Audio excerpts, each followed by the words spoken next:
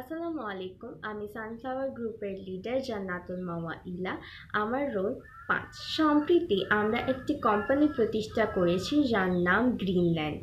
আজকের এই ভিডিওতে আমি উপস্থাপন করতে যাচ্ছি গ্রিনল্যান্ড কোম্পানির উদ্দেশ্য। বর্তমানে গাছ রোপণের ক্ষেত্রে বিভিন্ন ধরনের রাসায়নিক দ্রব্য ব্যবহার করা হচ্ছে, যার ফলে সময়ের আগে গাছ রোপণ হচ্ছে এবং গাছে ফল হচ্ছে।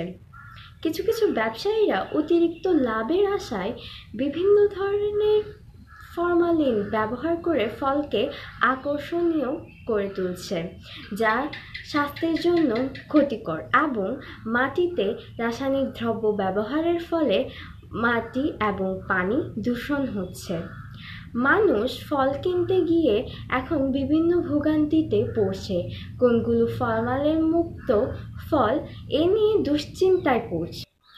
এরূপ পরিস্থিতিতে জনগণের দুশ্চিন্তার অবসান ঘটাতে আমরা নিয়ে এসেছি গ্রিনল্যান্ড নামক একটি কোম্পানি, যেখানে জৈব প্রাকৃতিক সার ব্যবহার করে সম্পূর্ণ ফরমালিন মুক্ত তাজা শাকসবজি চাষ করা হয়।